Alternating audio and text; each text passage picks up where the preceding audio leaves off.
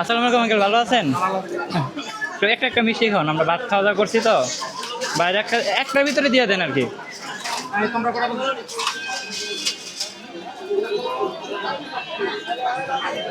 যদি মিষ্টি দিল কত করে আঙ্কেল? 10 টাকা পিস 10 টাকা। আমি এই যে ছোট্টবেলায় খাইছিলাম, মনে নাই, আর একটু কমা ছিল মনে হয় আগে। আগে ছিল আপনার 5 টাকা 5 টাকা পিস 2 টাকা বেচছেন? 18 বেচছি। 58 বেচছেন? তো মনে করেন যে এখনো তো দুই রকমের আছে, একটা 5 টাকা এগুলোই 5 টাকা। 5 টাকা এটা 5 টাকা। ও 5 টাকার এখনো আছে, এগুলো 5 টাকা কিন্তু, বাট এটা হচ্ছে 10 টাকা। আর এটা একদম 10-এর দোকান।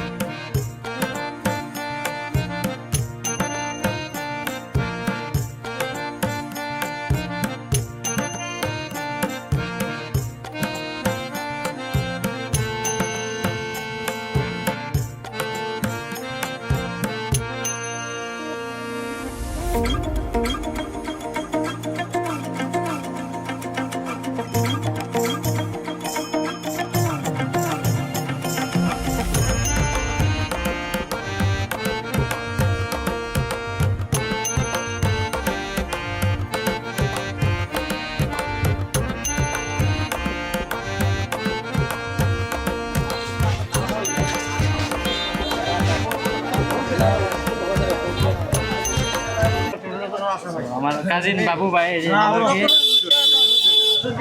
100 গ্রাম। তো এই যে আঙ্কেল ভাই বাবু কি জানি বলতেছিলা?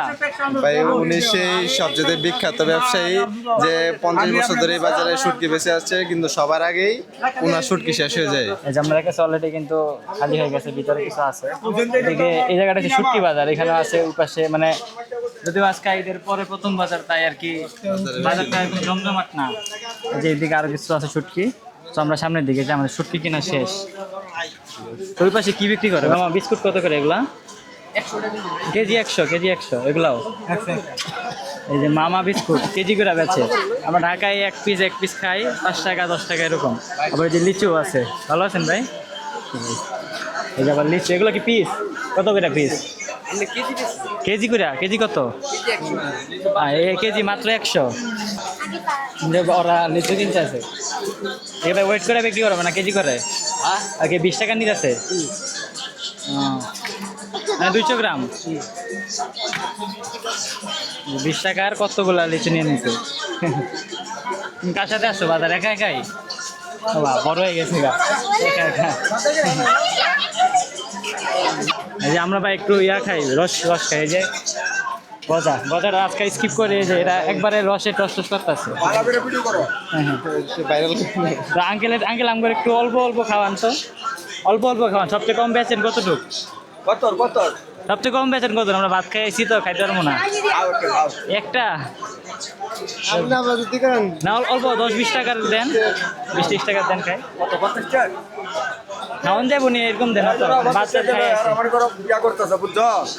নান কমাই দেন, বলবেন নাই, কমাই দেন। কেজি কত? কেজি এটা আমরাটা পুরা লাল দেখা যেতেছে। কেজি কত? না এমনি কেজি কত? 180 টাকা কেজি। আচ্ছা 30 টাকার। আর ওইগুলো কত করে? 180 করে সব। না ওইটা খাবো না, এটাই খাবো। তো আমরা এটা নিলাম 30 টাকার। তো আরো কয়েকটা দোকানে দেখলাম কিন্তু, ঠিক আছে, বাট এটা মানে এটা আজকে বানিয়ে আনছেন, একদম লাল। বিক্রিও কিন্তু শেষ, প্রায় বেচা হয়ে গেছে। মানে মনে দিলে রস একবার ভেঙে গেছে ওইগুলোর থেকে, এটা অনেক ভালো, দেখেই বোঝা যায়। সাথে আছে রসগোল্লা। রসগোল্লা বেচতে রসগোল্লা আঙ্কেল নিজে রসগোল্লা হয়ে গেছে। ভাই তুমি একটু খাও।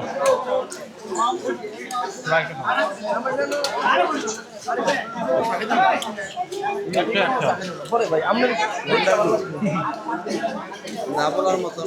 রবিবার ছাড়া এটা পাওয়া যায় না নাকি ভাই? রবিবার আসলে আঙ্কেলেরটা খাইবেন, আঙ্কেলের চিনে রাখেন। আঙ্কেলেরটা একবার আজকে বানায় আনছে, খাইছি যে মানে মুখে লাগে থাকার মতো। জি? নিজে বানান? আচ্ছা, আপনি কোথা থেকে আইছেন? বাড়ি কই? মধ্যনগর থেকে বানিয়ে আনছেন? আমার বাবাও বলছিল যে মধ্যনগরে একদম বিক্রি করে, আসলে উনি আমি আজকে পাইলাম। বাট আমি এরকম বাজারে আসি না, আজকে আসলাম। আমার আবু ঢাকা নিয়ে যায় আমার থেকে,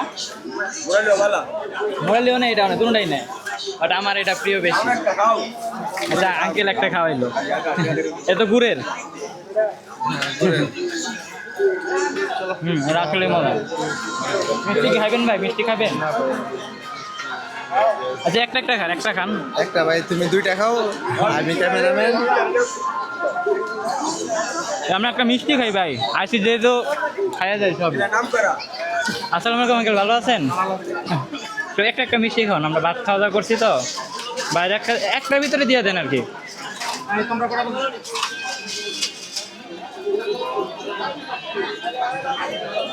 মিষ্টি দিল কত করে আঙ্কেল? 10 টাকা পিস। পিস 10 টাকা। আমি এই যে ছোট্টবেলায় খাইছিলাম, মনে নাই, আর একটু কমা ছিল মনে হয়। আগে আগে ছিল আপনার 5 টাকা পিস, 5 টাকা পিস 2 পিস। 2 টাকা বেচছেন? 18 বেচছি। 58 বেচছেন? তো মনে করেন যে এখনো তো 2 রকমের আছে, একটা 5 টাকা, একটা 10 টাকা। এগুলোই 5 টাকা। 5 টাকা, এটা 5 টাকা। ও 5 টাকার এখনো আছে, এগুলো 5 টাকা কিন্তু। বাট এটা হচ্ছে 10 টাকা, আর এটা হচ্ছে একদম 10-এর দোকান। হ্যাঁ, আগে বেচতাম 2 টাকা পিস, পরে বেশি 10 টাকা পিস। 2 টাকা থেকে 10 টাকা। সর্বপ্রথমে 2 টাকায় বেচতেন? আগে দুধ কমা ছিল, চিনির দোকান বানানো, চিনি দরবার থেকে দরবার। ও আচ্ছা, মানে দুধের আর জিনিসপাতির দাম বাড়াতে এগুলোতে দাম বাড়ছে। তো ভাই টেস্ট করো দাও, মোর কাছে দাও, তুমি টেস্ট করো। তো। আচ্ছা ভাইয়ের ধরেন, আমি একটা খাই। যে আমি একবারই খাই, আমি অনেক মিষ্টি খাই।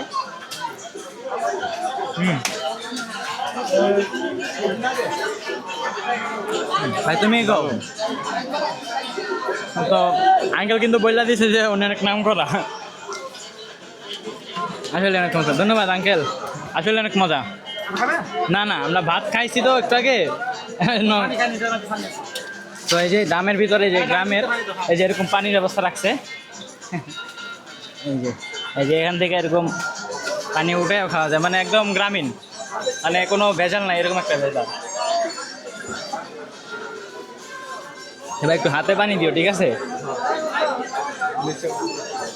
এই যে পুরা হয়েছে, মানে পুরা গ্রামের ফিল এখানে আসলে অবশ্যই পাবেন। আর এখানে যদি আপনারা আসেন, এই সেকশনটাতে আসলে মনে করেন যেরকম বিস্কুট মিষ্টি যা আছে সবই পাওয়া যায়। এই যে আমার আঙ্কেল কিন্তু অর্ধেক বেচা শেষ, বিক্রি হইলে আবার চলে যাবে। বাসা কাছে, এই যে কাছে মধ্যনগর। আর এই যেগুলো হচ্ছে মিষ্টি। আঙ্কেল আপনার বাড়ি কোথায়? মধ্যনগর। আপনারা কি কাছাকাছি নাকি? আপনার ভাই? ও, ওনারা কিন্তু ভাই। আচ্ছা, বিলটা দিয়ে। তো বাজারের বিখ্যাত চায়ের দোকান ভাই, যে দোকানটা, মানে দোকানের নাম কি আসলে? দোকানের নাম হয়েছে কামাল স্টোর চা। কামাল টি স্টোর, বাট নাম দেখি না আমি, মানে ওই যে আপনার কাছে কামাল বললে এক নামে চিনে। এটা হচ্ছে বালুয়াকান্দি রোডটাতে যাওয়ার শুরুর দিকে এই চার দোকানটা মানে অনেক ফেমাস। দূর দূরান্ত থেকে মানুষ আসলে এখান থেকে আর কি, মানে মেহমান আসলে তো বেশিরভাগই নিয়ে আসা হয় সেই চা। আমরা গরুর দুধের চা একটু সময় লাগে, কারণ দুধটা মনে করেন যখন একটু ঘন হয় বা মানে একবার পরিপূর্ণভাবে হয় তারপরেই দেয়, এই জন্য মানে সাথে সাথে দেয় না। মানে এটার টেস্ট আসলেই অনেক চমৎকার, মানে ঢাকা শহরে এই টেস্টের চা পাওয়া যায় না। তো ওই যে মানে গ্রামের মুরব্বী মানুষেরা সবাই বৈশা চা খাচ্ছে, সারাদিনের গল্প আলোচনা এসব চলতেছে আর কি। আর আমরা নেক্সট ডে আমরা এখান থেকে চলে যাব, আমি একা হয়তো যাব শামসুল হকের বাড়ি। আর এটা হচ্ছে পাড়াতলি, এই দিক থেকে রিক্সাতে যাওয়া যায় 10 টাকা মনে হয় নেয় ভাড়া। ভাই আবার বাজার করতে ব্যস্ত, কারণ ভাইরে অনেক আটকে রাখছি। মাত্র এই যে বাদাম কিনছে, আজ একটু সত্যি, এখন মনে করেন সব কিছু কিনা বাকি। অলরেডি 4টা পার হয়ে গেছে। বাজার থেকে 10 টাকা অটো ভাড়া নিয়ে আমি পৌঁছে যাই পাড়াতলি, যেখানে রয়েছে কবি শামসুর রহমানের বাড়ি। বাড়ির পাশেই রয়েছে একটি মসজিদ, সামনে রয়েছে একটি পুকুর। এই পুকুরে বসেই তিনি কবিতা লিখতেন।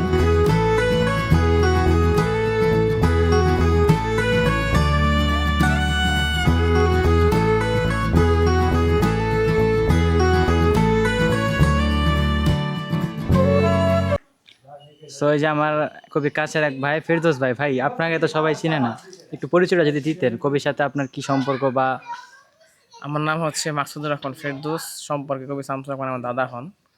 আমার বাসা এখানে পাড়াতলী মুন্সিবাড়ি। তো এটা হচ্ছে কবি শামসুর রহমানের বাসা। অবশ্যই আপনি ঘুরছেন, দেখছেন, খুব ভালো লাগছে এই আর কি। তো আপনি যদি একটু দেখাইতেন যে আপনি মানে এখানে মানে এই বাড়িটা কি কি আছে কোথায়, বা ঐতিহ্যবাহী কিছু বা আমরা জানি না এরকম কিছু যদি জানাইতেন। এখানে দেখার মধ্যে এখানে কবি শামসুর রহমানের একটা স্মৃতিময় পুকুর আছে, একটা মসজিদ আছে, একটা কূপ আছে, তারপর একটা স্কুল আছে, উচ্চ বিদ্যালয়, পাড়াতলী কলিমুদ্দিন উচ্চ বিদ্যালয়, একটা প্রাইমারি স্কুল আছে, তার গ্রন্থাগার আছে একটা স্কুলের মধ্যে, যেটা কবি শামসুর রহমান গ্রন্থাগার নামে পরিচিত। আর তার বাড়ি এখানে বাগান বাড়ি, আর সামনে একটা বকুল গাছ আছে, যে গাছের মধ্যে বৈশা উনি অনেক সময় অনেক সময় বৈশা কবিতা লিখতেন এবং এই প্রকৃতিময় পরিবেশ উপভোগ করতেন নাকি পুকুরের পার। আর এটা এই যে এই সাদা বিল্ডিংটার মতন হ্যাঁ, এটা হচ্ছে মূলত থাকার বাসভবন। এটা ওনার ভাতিজা করেছে আর কি। এখানে বই টই লাইব্রেরিয়ান কিছু রাখা আছে আর কি এটার মধ্যে। আর এটাতে কি আগে উনি থাকতেন কিনা? হ্যাঁ, এটা এই বাসাটা হচ্ছে ওনার মূলত মানে পিতার বাসা, ঠিক আছে। এই বাসা থেকে উনি পড়াশোনা করে উনি লেখা উনি কবি হয়েছেন এই বাসা থেকেই। যদি আমরা দেখতে পাচ্ছি বাড়িটা অনেক পুরাতন, মানে ভাঙা ভাঙা যেতেছে কিছু কিছু অংশ, ছাদে উঠাও নাকি নিরাপদ না বললেন তো এই তো। আর পুকুরও আছে একটা। এটা কি মানে এটা কি সরকার থেকে কি কিছু পাওয়া মানে অনুদান বা এরকম কিছু আছে কি? না, এমন সরকার কোনো কিছু করে দিছে? না, এমন কোনো কিছু করা হয় নাই। আমরা অনেক আবদার জানিয়েছি। আধুনিক বাংলা সাহিত্যের কবি উনি, কবি শামসুর রহমান। আমরা সরকার থেকে কোনো গ্রন্থাগার বা ওনার বাড়িতে কোনো মডিফাই করা এরকম কোনো কাজকর্ম করা হয় নাই। মানে যা নিজস্ব অর্থায়নে ওনার পরিবারের সদস্যরা যা কিছু করা তা কিছুই করছে আর কি। কবি শামসুর রহমান উনি আমার দাদা একলাসুর রহমান, তারা সমবয়সী ছিল। তো আমার দাদা যখন চাকরিতে চলে যায় তখন কবি শামসুর রহমানের মা ওনাকে বলছিল, ডাক নাম ছিল কবি শামসুর রহমান বাচ্চু, যে বাচ্চু তুই কি চাকরি করবি না, পড়াশোনা করছস? তো সেই সময় তার চাকরির প্রতি এতটা সে ইন্টারেস্ট ছিল না। সে তার যে পুরানো ভিটাবাড়ি আছে ওইখানে বৈশা, বকুল গাছতলা বৈশা সে আস্তে আস্তে লিখতো, যে বই লিখতো বা তার বিভিন্ন মনের যে কথাগুলো আসতো তা লিখতো। তো আমাদের দাদারা যারা ছিল সবাই চাকরিতে চলে গেছে, উনি চাকরিতে যায়নি, উনি বসে বসে লিখতো। তো ওনার মা বাবা যেমনটা বলতো চাকরি করার জন্য বা চাকরি কর, তার কাছে ওইরকম মানে ইচ্ছেই ছিল চাকরি করার মতো, সে বসে বসে লিখতো। তো ধীরে ধীরে বুঝতে পারে যে আসলে তো তার মাথার মধ্যে চাকরির যে বিষয়টা বা ব্যবসা করার যে বিষয়টা ওইটা ক্যাচ করতেছে না। সে বই লিখতেছে, পড়তেছে, তার চিন্তা চেতনা অন্যরকম। তো এক সময় দেখতে পারে যে সে একজন কবিতা লিখতেছে, বিভিন্ন উপন্যাস লিখতেছে, বই রচনা পড়তেছে। তো তখন তারা বুঝতে পারলো কি যে না, আসলে ও তো চাকরি বা ব্যবসা ওইরকম তার কোনো চিন্তা ভাবনা নেই, তার তো মূল লক্ষ্য হচ্ছে লেখালেখি। তা ধীরে ধীরে আস্তে আস্তে পুকুর পাড় বৈশা, বকুলতলা বৈশা, তারপর ছোট্ট এই কোনার মধ্যে একটা রুম আছে ওইখানে বৈশা সেই কবিতা রচনা করেন। তারপর আস্তে আস্তে তিনি সেই কবিতা লেখা সে একজন কবি হয়ে যান। হাঁটতে হাঁটতে আমরা চলে আসলাম পাড়াতলী কলিমুদ্দিন উচ্চ বিদ্যালয়। তো এখানে মেবি একটা ম্যাচ চলতেছে ফুটবল। তো এই যে পাড়াতলী কলিমুদ্দিন উচ্চ বিদ্যালয়, আর এই যে এটা গেট।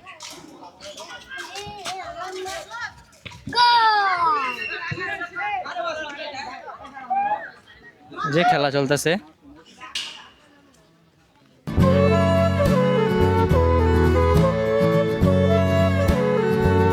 স্কুলের মাঠে আমি এবং ফেরদৌস ভাই বেশ কিছুটা সময় ফুটবল খেলা উপভোগ করি।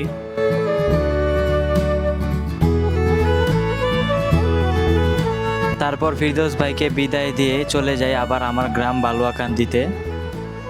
তো আজকের ভিডিও ছিল এ পর্যন্তই। সকলেই ভালো থাকবেন, সুস্থ থাকবেন। আল্লাহ হাফেজ।